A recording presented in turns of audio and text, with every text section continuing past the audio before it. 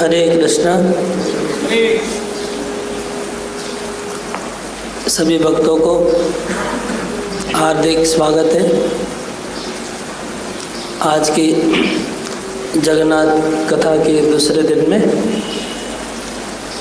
कल हमने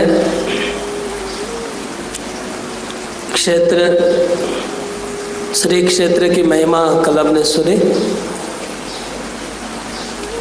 कल हमने श्रवण किया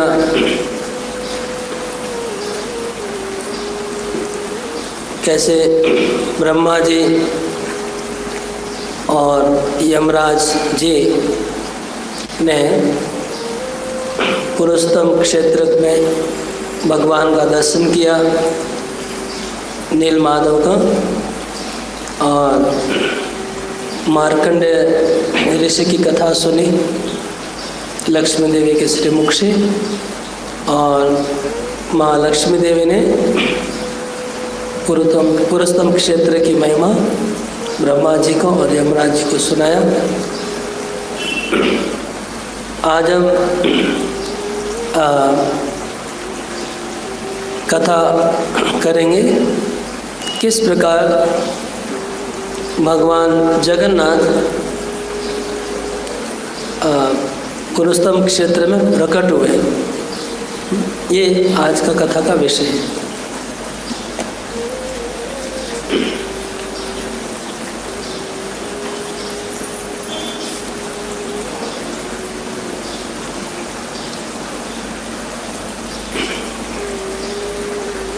ये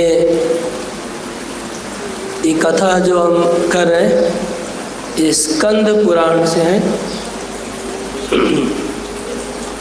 स्कंद पुराण में उत्कल खंड है। स्कंद पुराण के बारे में कल हमने डिटेल में बताया। स्कंद पुराण बहुत बड़ा है, 80,000 श्लोक है। उसमें उत्कल खंड है। उत्कल खंड में ये वर्णन है, 7वें अध्याय में इसका वर्णन है। तो अभी कौन सा मनवंतर चल रहा है? हाँ, 7वां मनवंतर। इस मनवंतर का नाम क्या है? वैवस्वत मनवंतर। इसके पहले कौन सा मनवंतर था? 6ठा मनवंतर, स्वारोचिस मनवंतर। ये स्वारोचिस मनवंतर की घटना है।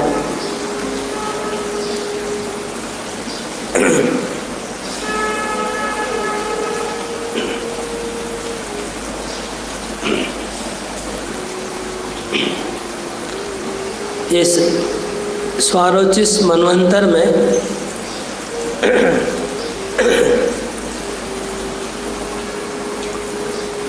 सूर्य वंश में एक बहुत महान राजा इंद्रद्युम्न प्रकट हुए। राजा इंद्रद्युम्न भगवान के परम भक्त थे और परम प्रतापी राजा थे।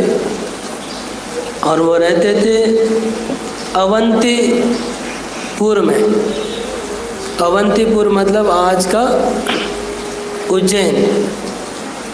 उज्जैन में रहते थे और उज्जैन में रह के राजा पूरे विश्व का वहाँ से शासन करते थे। ये इंद्रद्युम्न राजा इतने बड़े राजा थे कि पृथ्वी पे जितने भी देश हैं, पूरा भारतवर्ष उनके कंट्रोल में था। उनके पूरे सम्राट, एम्परर थे पूरे वर्ल्ड के, इंद्रद्युम्न राजा। और हमेशा सत्संग करते थे। उनके सभा में बड़े बड़े मुनि ऋषि संत महात्मा आते रहते थे और उनके मंत्री भी बहुत अच्छे अच्छे मंत्री थे। इस तरह से बहुत सुखपूर्वक ऐश्वर्य के साथ पूरे भारतवर्ष का वो शासन कर रहे थे। उनका ऐश्वर्य इंद्र से भी कम नहीं था, इतना महान ऐश्वर्य था। तो एक दिन ये राजा इंद्रदम्न सुबह उठ के स्नान करके पवित्र बन के भगवान लक्ष्मी नारायण की पूजा कर रहे थे अपने घर में। पूजा करने के बाद उनके मन में भगवान के प्रति बहुत भाव आया, भक्ति भाव आ गया।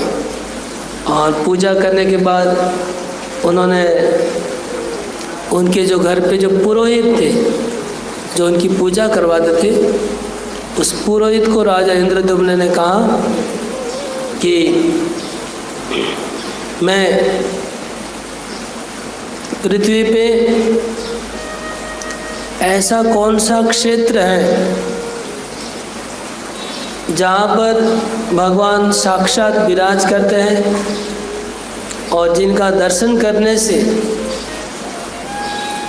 ये भौतिक संसार से बंधनों से मोक्ष प्राप्त होता है, ऐसा स्थान कहाँ पर है। और मैं उस स्थान में जाना चाहता हूँ और उन भगवान का मैं दर्शन करना चाहता हूँ। इस तरह से इंद्रदम्न राजा ने पुरोहित को पूछा। आप लोग फॉलो कर रहे, समझ में आ रहा है ना क्या बोलो?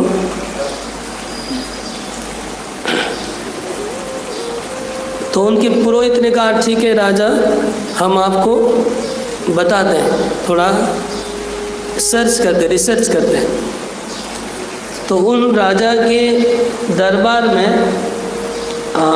पूरे देश विदेश से शुद्ध भक्त संत महात्मा आते जाते रहते थे। तो जितने भी लोग आते थे उनको पुरोहित पूछते थे कि आपने कौन सा तीर्थ घूमा है, ऐसा कोई तीर्थ देखा है जहाँ पर भगवान साक्षात विराज करते हैं, जिनको दर्शन करने से मोक्ष प्राप्त होता है। तो ऐसे एक इस तरह से बहुत तीर्थयात्रियों से बात करते करते एक तीर्थयात्री आया और उसने कहा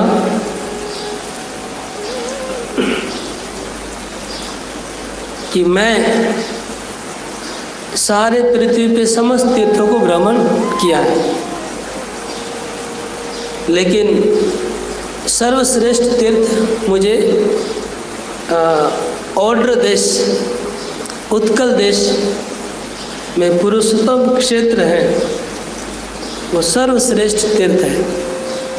और वहाँ पर नीलगिरी पर्वत है, और नीलगिरी पर्वत बालुकाओं से घिरा हुआ है, उसमें कल्प वृक्ष है उस पर्वत के ऊपर, और वहाँ पर एक रोहिणी कुंड है, और उस रोहिणी कुंड के तट पे भगवान उस पहाड़ की गुफा में, नीलगिरी पर्वत की गुफा में, नीलाद्रि पर्वत की गुफा में भगवान नील माधव साक्षात विराज करते हैं। उनका दर्शन करने से समस्त पापों का विनाश हो जाता है और मोक्ष प्राप्त होती है। उन्होंने उसका इतना सुंदर वर्णन किया, वो ब्राह्मण ने, वो तीर्थयात्री ने, उसको श्रवण करके राजा व्याकुल हो गए।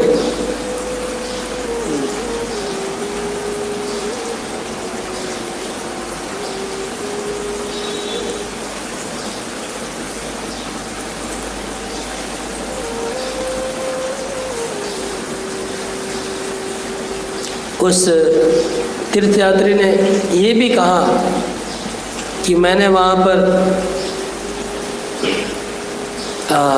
बहुत दिन में वहाँ पर रहा, उस क्षेत्र में 1 वर्ष में वहाँ पर वास किया, और रात को वहाँ पर देवता लोग आते थे और उस भगवान की पूजा करते थे,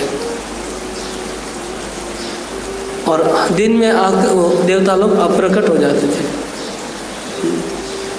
और देवता लोग दिव्य पुष्प माला सब पूजा करके छोड़ जाते थे, और उस सब चीज़ों को मैं सुबह प्रसाद के रूप में मुझे प्राप्त होती थी। और वो कहता है कि मैं वास्तव में भगवान का दर्शन करने के योग्य नहीं हूँ, मैं बहुत पापी हूँ, मैं बहुत अनक्वालिफाइड हूँ, लेकिन भगवान की कृपा से मुझे 1 वर्ष तक मैंने उस नील माधव का दर्शन किया, उनका प्रसाद पाया, उनकी सेवा की। इस तरह से मैं बहुत अपने आप को भाग्यवान समझता हूँ। तो जब वो ब्राह्मण इस तरह से बोल रहा था, भगवान नील माधव का उनको याद आ गया, और वो भगवान को याद करते करते उनके आंखों में आंसू बहने लगे।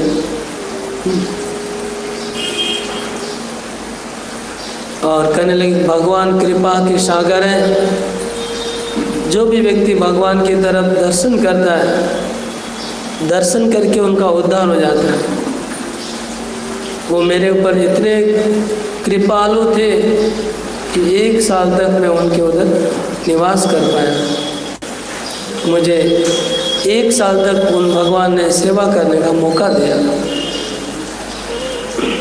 और मैं जब नील माधव के तीर्थ में गया था तो मैं महामूर्ख था, लेकिन भगवान की कृपा से आज मैं 18 विद्याओं में पारंगत हो गया हूँ। वो ब्राह्मण पहले मूर्ख था बोलते, लेकिन भगवान के सेवा करने के बाद 18 विद्या में पारंगत हो गया।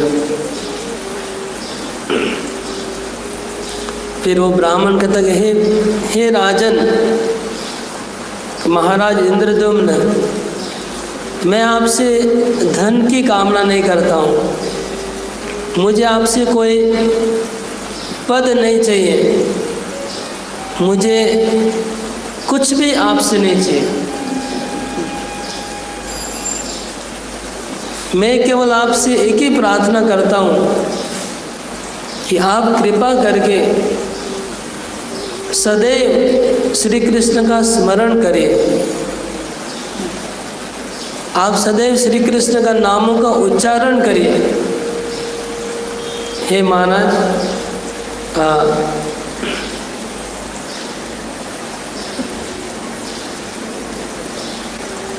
मैं आपके पास कोई भौतिक चीज़ों का इच्छा लेकर के नहीं आया हूँ, केवल मेरी एक इच्छा है कि आप जाकर के नील माधव का दर्शन करिए, आप भगवान की भक्ति करिए, भगवान का नाम का जप करिए, और आप उन धाम में जाके भगवान का दर्शन करिए। इस तरह से ब्राह्मण बोल करके वहाँ से ब्राह्मण अंतर्धान हो गया, तो ब्राह्मण अदृश्य हो गया। इसका मतलब वो साधारण व्यक्ति नहीं था, कोई विशेष व्यक्ति था। जैसे वो ब्राह्मण अंतर्धान हो गया, राजा आश्चर्यचकित हो गए।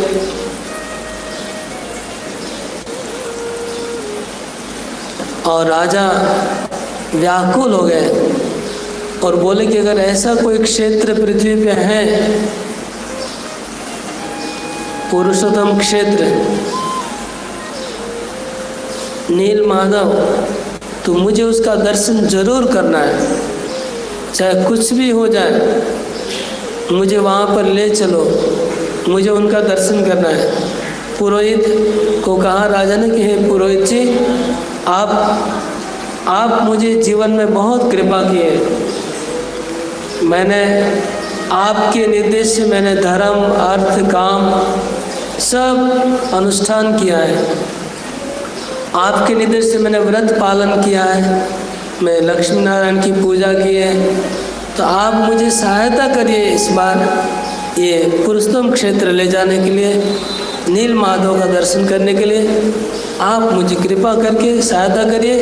आप मेरे साथ चलिए, हम दोनों नील माधव का दर्शन करने जाएंगे और हम वहाँ पर ही रह जाएंगे। राजा को इतना इच्छा हुआ। तब राजा के पुरोहित ने कहा कि राजन, आपकी इच्छा बहुत अच्छी है, लेकिन थोड़ा रुकिए।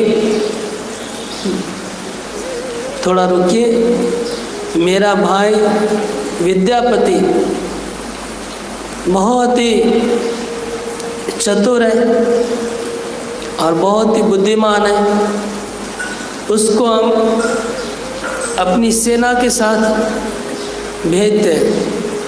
विद्यापति जाके पूरा पता लगाएगा कि भगवान कहाँ पर है, किस स्थिति में है, आपके जाने की योग्य वो स्थान है कि नहीं, आपके रहने का व्यवस्था सब कुछ वो करेगा, फिर हम लोग एक साथ जाएंगे। तब राजा के आदेश से विद्यापति को बुलाया गया। विद्यापति उस पुरोहित के भाई थे और राजा के मंत्री स्वरूप थे, मंत्री जैसे, और वो भी ब्राह्मण थे, बड़े बुद्धिमान थे। तो विद्यापति ने राजा के एक पूरे दल को साथ में लिया, सेवकों को, और वो निकल पड़ा उस पुरुषोत्तम क्षेत्र के खोज में निकला हुआ।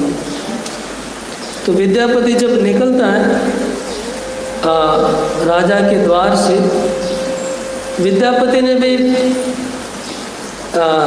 नील माधव के बारे में सुना और विद्यापति मन में सोचने लगा, अहो में सफलम जन्म सुकल्या सर्वरिच में द्रक्ष्यामि यद् भगवतो मुख पद्म अगापहम। विद्यापति सोचता है कि मेरा क्या सौभाग्य है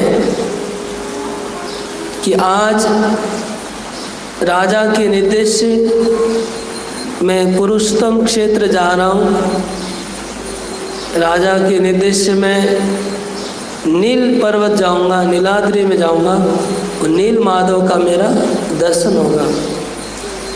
मेरा कितना जन्मों का पुण्य और भाग्य है जिसके फलस्वरूप साक्षात नील माधव के धाम में मैं प्रवेश करूंगा। मेरा मानव जन्म सही में आज सफल हुआ कि मैं भगवान का साक्षात दर्शन करने जा रहा हूँ। इस तरह से विद्यापति भगवान की चिंताओं में डूब गया और विद्यापति सोच रहा था कि मैं संसार में जन्म मृत्यु के इस सागर में पड़ा हुआ हूँ और भगवान का दर्शन करने से मुझे मोक्ष मिल जाएगा, मुझे संसार में वापस आना नहीं पड़ेगा एक बार उनका दर्शन करने से। आज मेरा कल का सुबह, आज जो रात्रि है वो कल मेरे लिए भाग्य का उदय होगा मेरा, और सूर्योदय होगा, मेरे भाग्य का सूर्योदय होगा कल सुबह। मेरा जीवन का परम श्रेय कल सुबह होने वाला है। इस तरह से विद्यापति विचार कर रहे थे।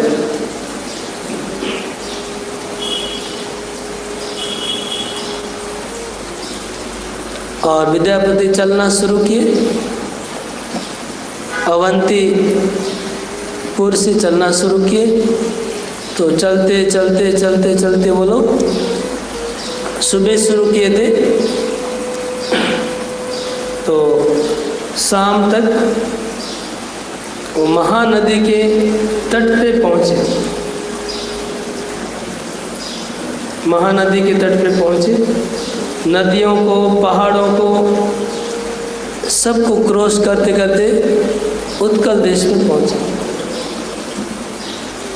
वहाँ पर उन्होंने विश्राम किया, महानदी नदी में स्नान किया और रात को वहाँ पर ही रात को बिताया।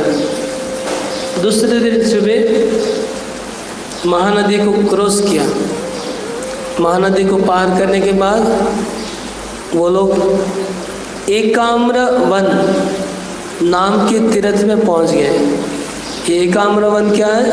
वो भुवनेश्वर है, अभी जिसको हम कहते हैं। इसे कल हमने बताया कि 4 धाम है। 4 धाम में से एक धाम था पुरी, एक था भुवनेश्वर। तो भुवनेश्वर में पहुँचे, वहाँ पर भगवान शिव जी का त्रिभुवनेश्वर लिंग राज का मंदिर है। उस मंदिर में भगवान का पूजा किया, भगवान को प्रणाम किया और वहाँ से उनको नीलाचल पर्वत दिखाई पड़ा। वहाँ से एकाम्र वन से नील पर्वत दिखाई दे रहा था दूर से, और उस पर्वत के ऊपर बहुत बड़ा एक वृक्ष था, वट वृक्ष। वो वृक्ष दिखाई पड़ा और दूर से विद्यापति ने उस नीलाचल पर्वत को दंडवत प्रणाम किया और वृक्ष को प्रणाम किया, और उनका भगवान के दर्शन करने की लालसा बढ़ने लगी कि मैं भी बहुत नज़दीक आ गया हूँ भगवान के धाम से। अभी कुछ देर के बाद ही मेरा भगवान से दर्शन होगा। इसलिए विद्यापति सोचते सोचते आगे बढ़ने लगे और उन्होंने जैसे वो नील पर्वत के पास पहुँचे, शाम हो गया। शाम को पहुँचे नील पर्वत के पास, तो वहाँ पर पहुँच के उन्होंने दंडवत प्रणाम किया और पूरे उस धाम की धूलि को अपने शरीर में लगाया। वो पुरुषोत्तम क्षेत्र जो नील माधव स्थान था, धूलि को अपने शरीर में लगाया दंडवत प्रणाम करके। ये विद्यापति का नीलाचल में प्रवेश बहुत सा वो अक्रूर जी का वृंदावन में प्रवेश से सिमिलर है। जिस प्रकार अक्रूर जी वृंदावन में प्रवेश किए थे और पूरा रास्ते में कृष्ण के बारे में सोच रहे थे, कृष्ण के बारे में सोचते सोचते पहुँचे और जाके वृंदावन में अपने शरीर को लौटाया था और धूल लगाया था। इसी प्रकार विद्यापति भी दिन भर केवल नील माधव का चिंता करते करते पहुँचे। रात को भी नील माधव के बारे में सोचते सो गए। दूसरे दिन दूर से नीलाचल पर्वत को देखा और केवल नील माधव का स्मरण करते करते जा रहे थे और वहाँ जाके उन्होंने जमीन पे लेटे और उनकी धूल को अपने शरीर पे लगाए विद्यापति।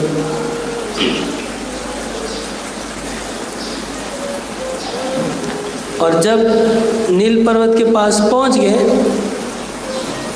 उस पर्वत के ऊपर चढ़ने का कोई सीधा रास्ता नहीं था। तो बड़े बड़े पत्थर, कांटे, कंकड़ थे। तो बड़ी कठिनाई से विद्यापति उस पर्वत के ऊपर चढ़ने लगे।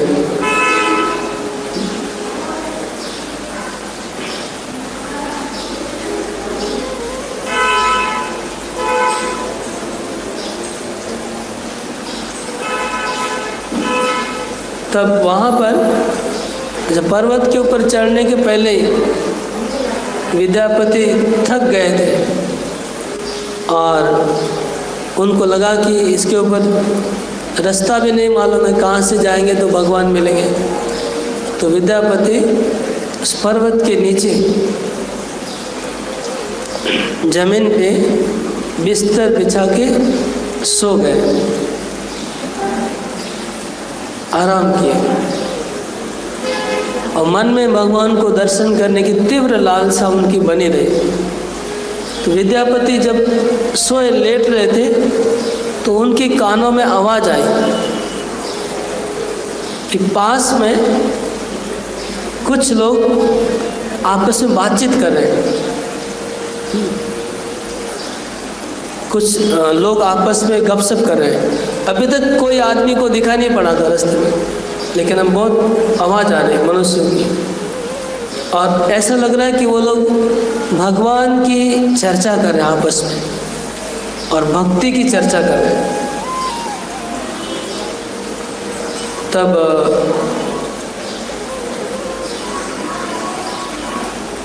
विद्यापति सुन के बहुत आनंदित हो गए। आनंदित होकर उठ के नाचने लगे और जिस दिशा से वो आवाज़ आ रही थी उस दिशा में विद्यापति गए। तो आगे जाकर के देखा वहाँ पर एक सबरपल्ली है। सबरपल्ली मतलब सबर लोग का छोटा सा गांव, सब सबर जाति के लोग वहाँ रहते हैं। तो वहाँ गए, वो सबर जाति के लोग सब, उनका घर था सबका,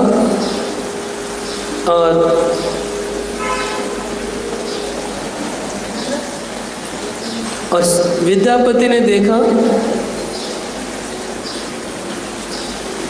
जितने भी उस सबर जाति के लोग वहाँ रहते थे, सबको 4 हाथ वाले भगवान के पार्षद नजर आ रहे थे।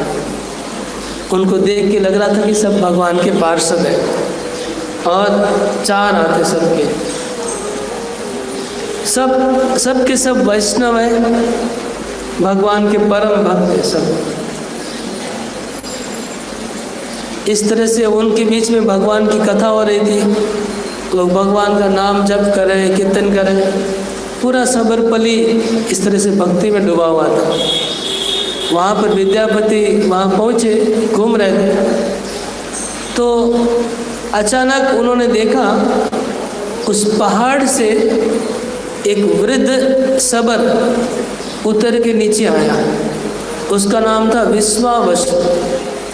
तो विश्वावसु नाम का सबर वो पहाड़ से नीचे उतर के आया।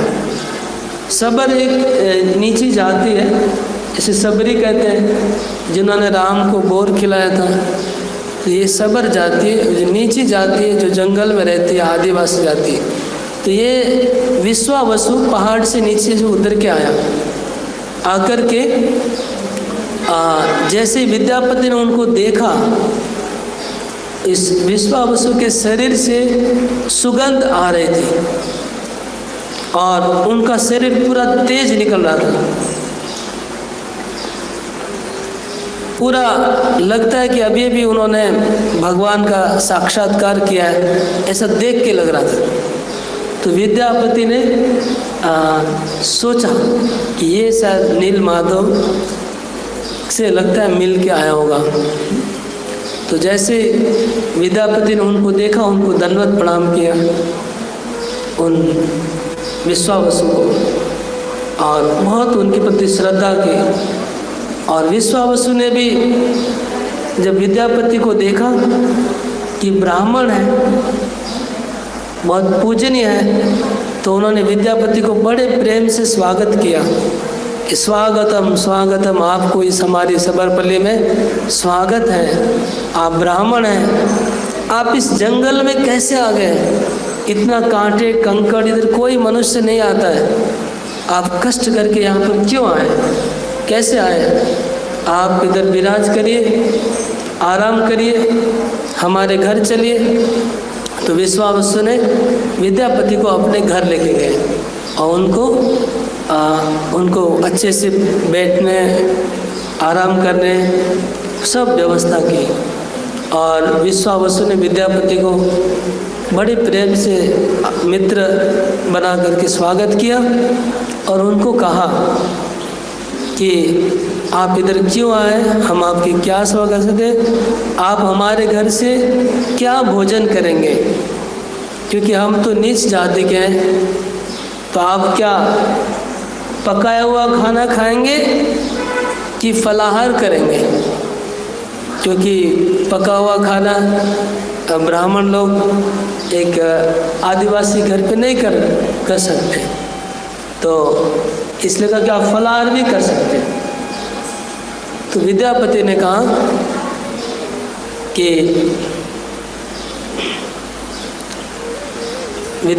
कहा कि मैं भोजन नहीं करूँगा, कि मैं जिस उद्देश्य से निकला हूँ अवंतीपुर से, वह उद्देश्य जब तक पूरा नहीं होगा मैं कैसे भोजन कर सकता हूँ। तो विश्वावसु ने पूछा कि आप किस उद्देश्य से आए हैं, आप कहाँ से आए हैं, आपका परिचय दीजिए। विद्यापति कहते हैं कि महाराज इंद्रद्युम्न जो इस पृथ्वी के राजा हैं उनके वहाँ से मैं आया हूँ। और महाराज इंद्रद्युम्न को किसी तीर्थयात्री ने यहाँ पर नीलाद्रि पर्वत के ऊपर विराजमान नील माधव के बारे में बताया है, और महाराज उन नील माधव का दर्शन करने के लिए व्याकुल है। तो जब तक मुझे नील माधव का दर्शन नहीं हो जाता है तब तक मैं भोजन नहीं करूँगा, मैं कुछ भी नहीं करूँगा। तो ये बात सुन के विश्वावसु एक बार सोचने लगे कि क्या करना चाहिए।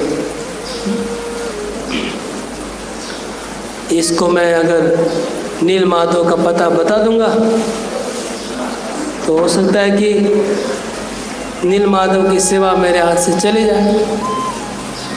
लेकिन एनीवे विश्वावसु ने बहुत सोचा और ये सोचा कि एक भविष्यवाणी है कि राजा इंद्रद्युम्न आएगा और भगवान की सेवा उनके हाथों में चली जाएगी। और ये जब भविष्यवाणी है, होने वाला है, तो फिर ठीक है, मैं इनको जरूर मेरे नील माधव का दर्शन करवा देता हूँ। ये सोच के विश्वावसु ने विद्यापति को कहा कि ठीक है, चलिए।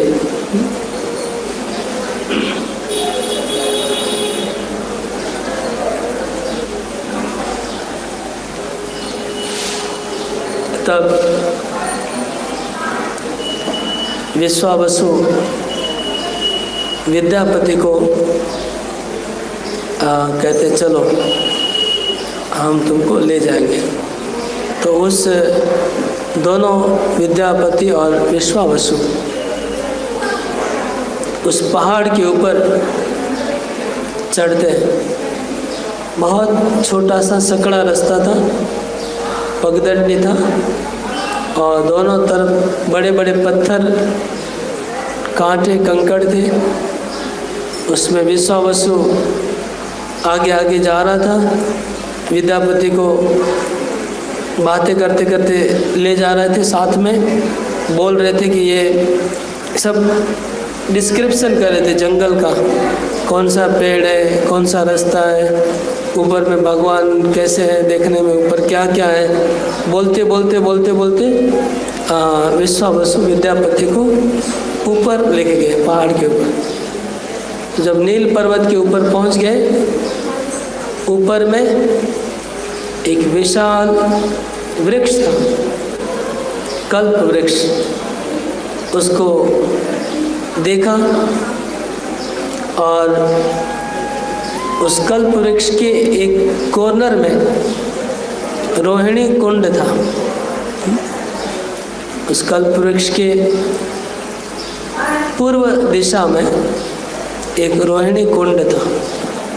रोहिणी कुंड बहुत सुंदर था, स्वच्छ जलाशय था। तो विश्वावसु विद्यापति को कहते हैं कि देखो, ये रोहिणी कुंड में एक बार कोई अगर स्नान करता है तो उसको मोक्ष प्राप्त होता है।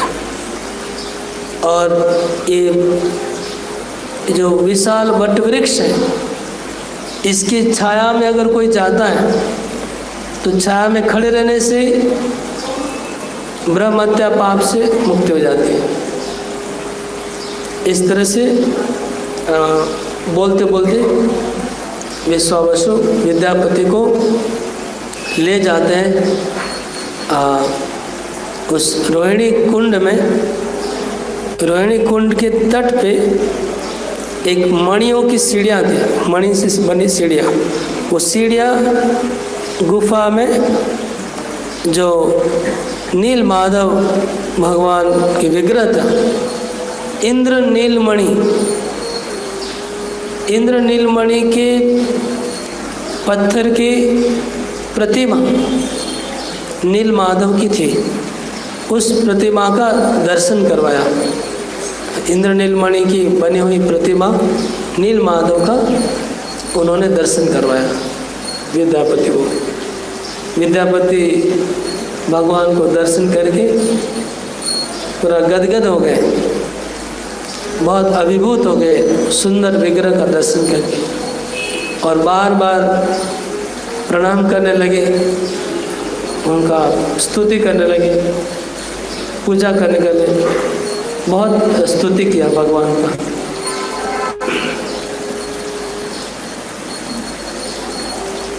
फिर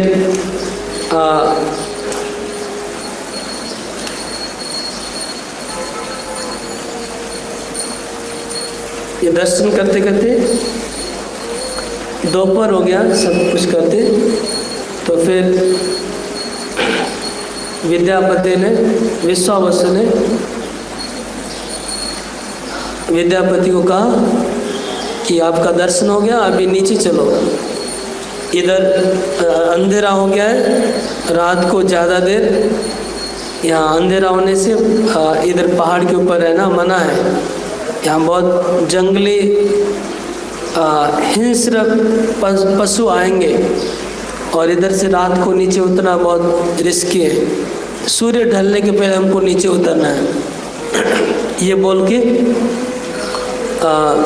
विश्वावसु और विद्यापति दोनों नीचे उतर गए। नीचे उतर के फिर विद्यापति को विश्वावसु ने कहा कि तुम बहुत दिन से भूखे हो, तुमने 2-3 दिन से कुछ खाना नहीं खाया, दुबले पतले हो गए हो, थक गए हो, अभी तुमने भगवान का दर्शन प्राप्त हो गया, तुम्हारा उद्देश्य पूरा हो गया, तो तुम अभी भोजन कर लो। तो विश्वावसु के घर में इतना अच्छा भोजन, इतने महान ऐश्वर्य, भोग की सामग्री थी, सब भोग की सामग्री उन्होंने प्रसाद थी वो विद्यापति को दी। तो विद्यापति बोलता, अरे तुम्हारे घर में इतनी भोग्य सामग्री है कि ये तो राजा इंद्रदुम्न के पास भी नहीं है, और तुम एक गांव में झोपड़ी में रहता है, ऐसा भोग्य सामग्री कहाँ से आ गया, इससे तुम मेरी सेवा कर रहे हो। तो राजा बोलते, विश्वावसु बोलते कि ये इंद्र और बड़े बड़े देवता लोग रात को भगवान की सेवा करने आते हैं, नील माधव की, और वो लोग जब सेवा करते हैं तो जितना भी भोग का सामग्री है भगवान का पूजा करके छोड़ के चले जाते हैं।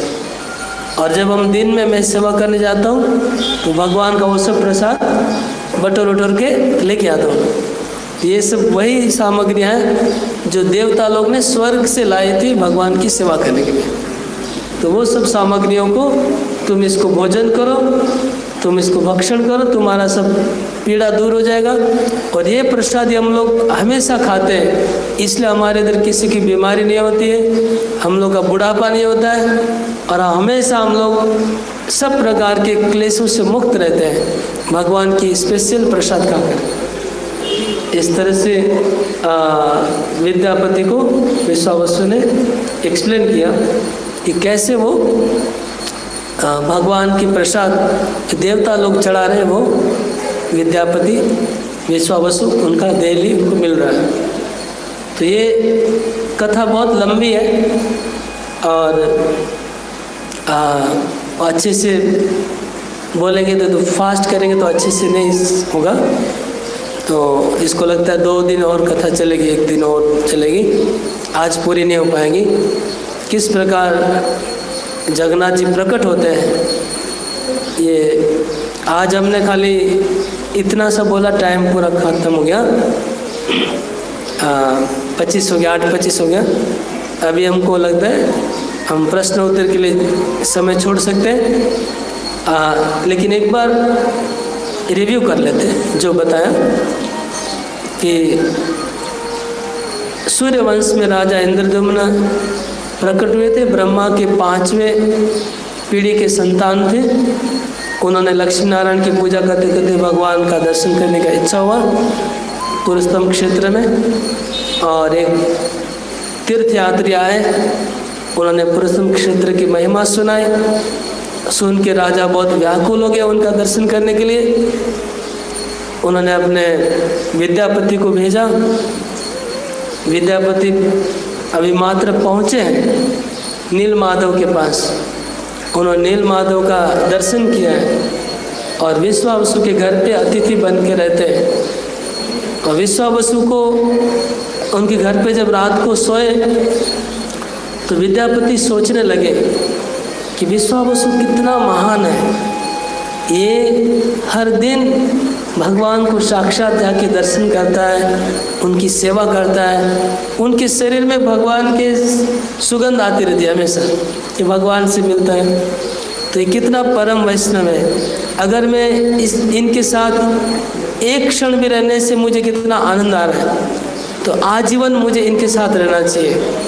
तो विद्यापति ने विश्वावसु को कहा कि तुम मेरे मित्र बनोगे, मैं तुम्हारे घर में रहना चाहता हूँ और मैं तुम्हारे साथ रहना चाहता हूँ, क्योंकि तुम्हारे साथ रहूँगा तो नील माधव का मुझे प्रतिदिन दर्शन होगा, और तुम जिस प्रकार से नील माधव की सेवा कर रहे हो, भक्ति कर रहे हो, मुझे भी वो प्राप्त हो जाएगा। तो मैं तुम्हारे साथ रहना चाहता हूँ। इस तरह से विद्यापति विश्वावसु के साथ रहने लगे, उनके मित्र बन गए, और वो अपना जो प्रोजेक्ट लेके आए थे वो भी भूल गए कि उनको जाके कहना है राजा को। तो ये इसके आगे क्या होता है हम कल बताएंगे। थोड़ा सा क्लैरिफिकेशन करना है हमको आगे बोलने के पहले। वो ये है कि बहुत सारे क्वेश्चन हैं। वो ये कि दूसरी एक कथा है जिसमें विश्वावसु विद्यापति को नहीं ले जाते हैं नील माधव के पास। उनको डर लगता है कि अगर मैं ले जाऊंगा तो मेरी पूजा छिन जाएगी, तो इसलिए उसका थोड़ा अलग कथा है, वो मैं भी कल बताऊंगा। दूसरी एक कथा है जिसमें वो नहीं ले जाते हैं और विद्यापति को कुछ ट्रिक करना पड़ा नील माधव को देखने के लिए।